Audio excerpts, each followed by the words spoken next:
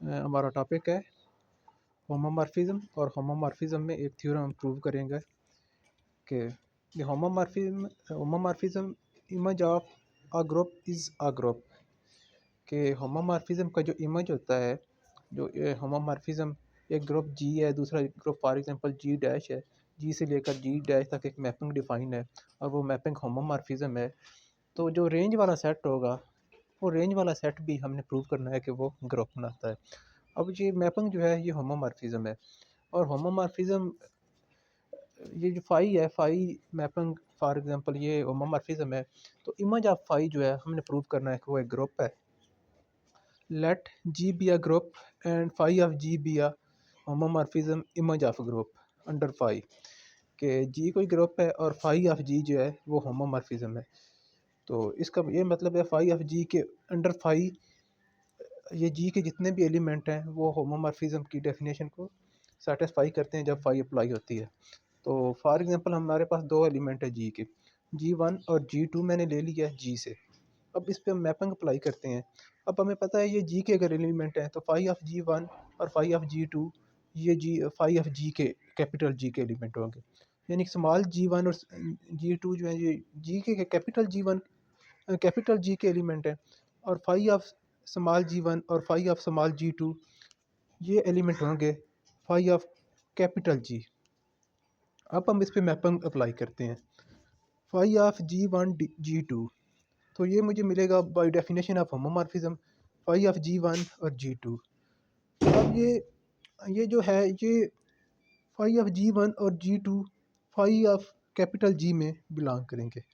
वो कैसे कि इसको जब फाई ऑफ जी1 जी2 पे मैपिंग अप्लाई करते हैं तो ये मैपिंग हमें ये देती है कि जो रेंज में जो इसकी रेंज मिलेगी या इसका जो इमेज मिलेगा वो फाई ऑफ जी में चला के जाएगा।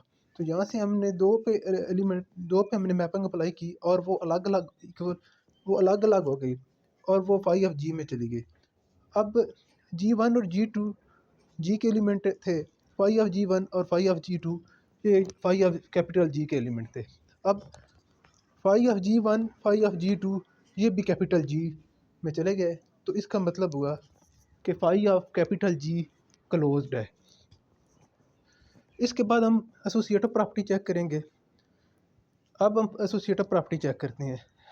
हम जानते हैं कि फाई ऑफ जी1 और फाई ऑफ अच्छा, इसके लिए हम क्या करेंगे, phi of G1 phi of G two phi of जी3 ये हम इमेज वाले सेट का ये रेंज वाले सेट से 3 एलिमेंट उठा लेंगे।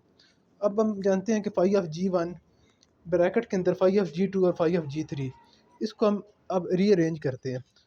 अब ये जो ब्रैकेट के अंदर फाई ऑफ जी2 और फाई ऑफ जी3 है इसको हम लिख सकते हैं फाई ऑफ जी2 जी3, क्योंकि फाई होमोमॉर्फिज्म है। अगर फाई होमोमॉर्फिज्म है तो अब ये बाहर वाली फाई जो है होमोमॉर्फिज्म है तो फाई इकट्ठी भी हो सकती है और अलग अलग भी हो सकती है। तो अब इन तीनों की फाई एक हमने कर ली। अब जी ग्रुप है, जी के तीनों एलिमेंट है जी1 जी2 जी3। तो एसोसिएटिव प्रॉपर्टी को जी सेटिस्फाई करता है। तो जी1 और जी1 ब्रैकेट जी2 जी3 की ब्रैकेट चेंज होकर जी1 जी2 पे ब्रैकेट लग गई और जी3 सेपरेट हो गया। अब फाइव जो है होमोमॉर्फिज्म है तो फाइव फिर सेपरेट हो जाएगा, फाइव फिर सेपरेट हो गया। तो अब हम देखते हैं कि फाइव ऑफ जी1 ब्रैकेट के अंदर phi of G two phi of जी3 इक्वल आ गया है, phi of G one phi of G two bracket के अंदर है और फाइव ऑफ जी3 सेपरेट है। तो एसोसिएटिव प्रॉपर्टी भी सेटिस्फाई होगी। अब हमारे पास अब हमारे पास ग्रुप की अगली प्रॉपर्टी है जिसको हम कहते हैं आइडेंटिटी। तो if e is identity of G, e G की आइडेंटिटी है ग्रुप जी की, तो फाई ऑफ एक्स और फाई ऑफ ई इसको हम ऐसे लिख सकते हैं क्योंकि फाई होमोमॉर्फिज्म है, फाई ऑफ एक्स ई। तो वो मुझे मिल गया फाई ऑफ एक्स। अब फाई ऑफ एक्स और फाई ऑफ ई इसको मल्टीप्लाई करें तो आंसर फिर भी फाई ऑफ एक्स मिलता है। इसका मतलब है फाई ऑफ ई इस ग्रुप की आइडेंटिटी होगी। अब इन्वर्स चेक करते हैं।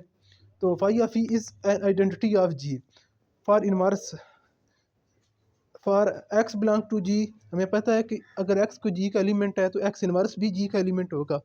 तो फाई अप्लाई का अब फाई ऑफ एक्स और फाई ऑफ एक्स इन्वर्स जो है वो लाजमी तौर पे इमेज वाले सेट में चले जाएंगे।